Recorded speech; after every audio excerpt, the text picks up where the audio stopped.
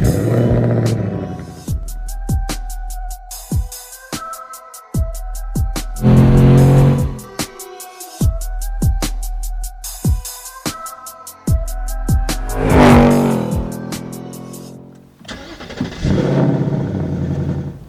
morning, good afternoon, good night. As always, hope you guys have a good day, good afternoon, and you're gonna have a good night.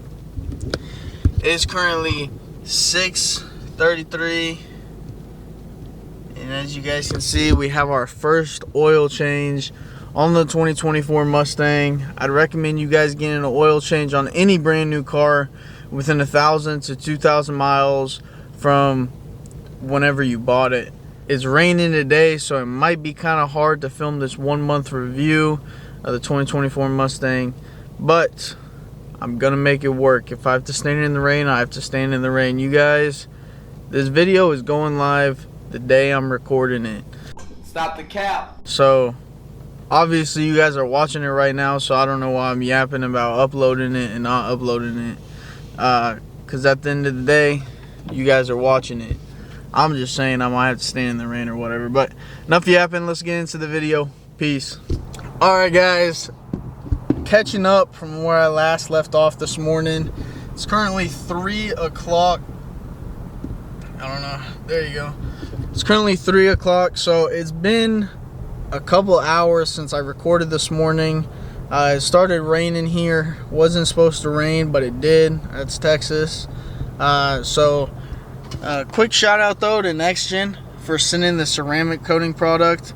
I wasn't able to apply it before it started raining. The car's still a little bit wet and all. Car washes are closed, so you guys will see me apply that to the car in the next video. But about the videos really quick, for the next couple months I'm planning to post a video every single Saturday at 3 p.m.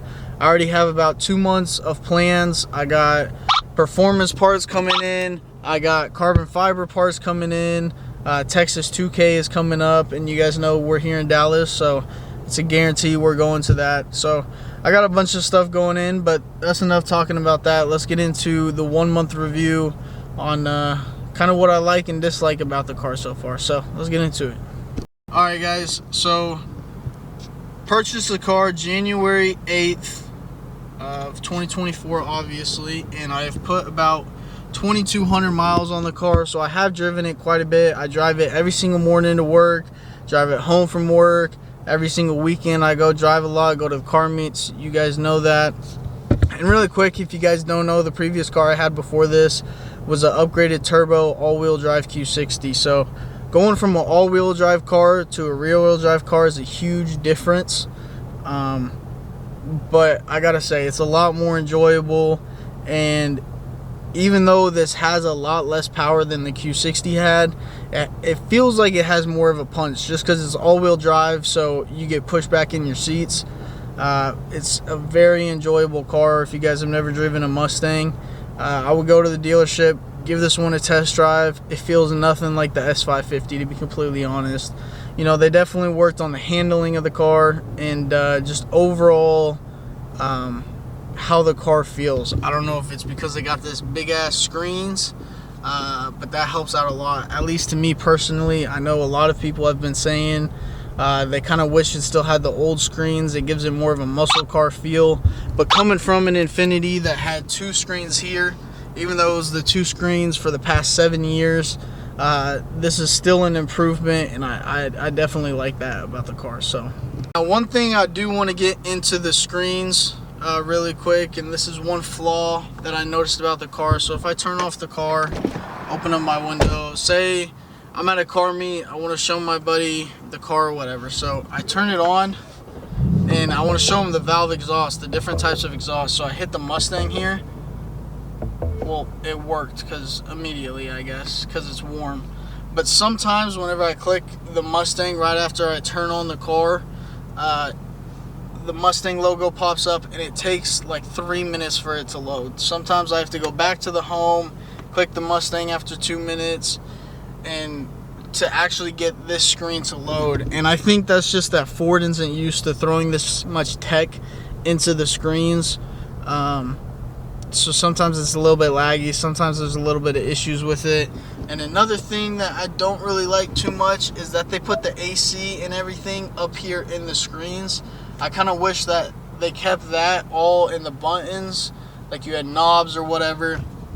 That's just me personally, because when I'm driving and say the air is blowing too hard, I gotta come over here, and while I'm in the middle of driving I have to drag this up and down or click this plus and this negative here. So that's just kind of one small critique about the car. But other than that, this car is treating me very well for 2,000 miles. You guys saw I got my first oil change this morning on it, and I'm making good use of the car. I got the booster seat in the back on that side, and the other bucket seats for the babies in the back on that side. So making good use of the car. Definitely loving how it has the valve exhaust. I can just hit quiet mode, I can start it in quiet, just super easy. And it's nice because my neighbors won't complain too much, at least for now. They might complain here in the near future once you guys see those videos. But as far as the interior goes, the cloth seats, I would recommend giving them a try. I know me personally, I was 100% towards the leather until I actually sat in the cloth seats.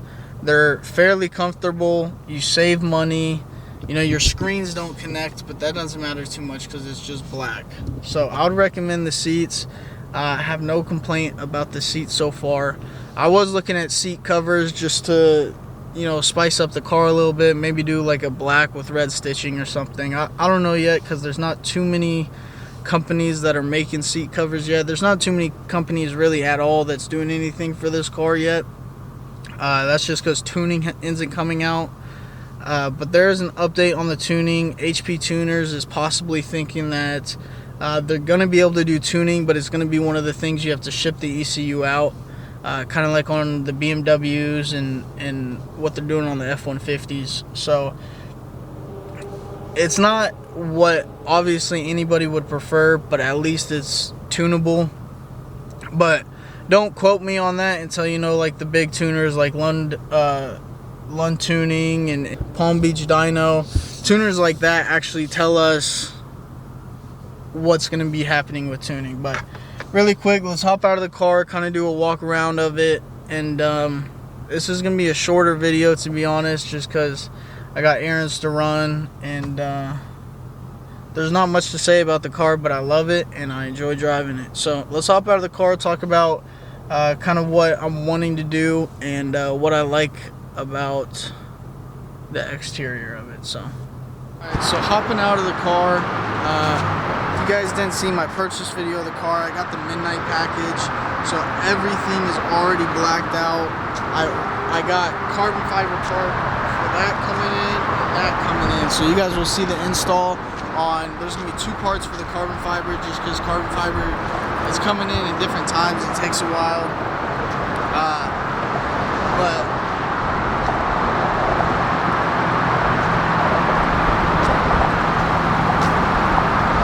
so after 1 month, the only thing really of the car I haven't been able to utilize that much would be the trunk.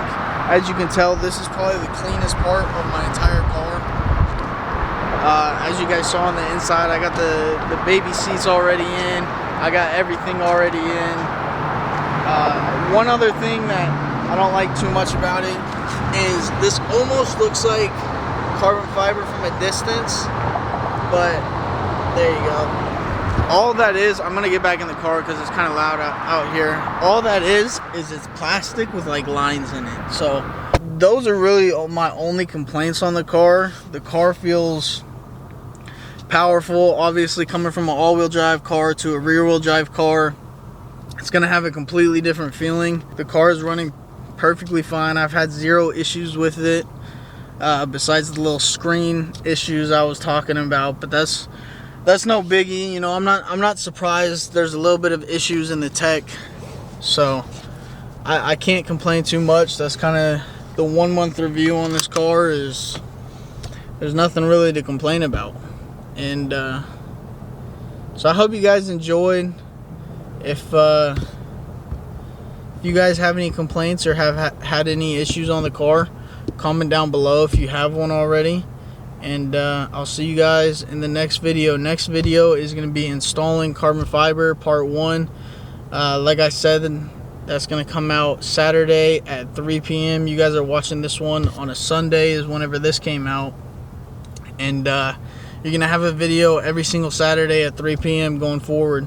So this was kind of just like a 1 month update / review on my thoughts of it and if I'm enjoying it or not. So I'll catch you guys in the next video. Like I said, hit the like button, subscribe, comment down below what you guys like and don't like about the car after your term of ownership. And I'll see you guys in the next video. Peace.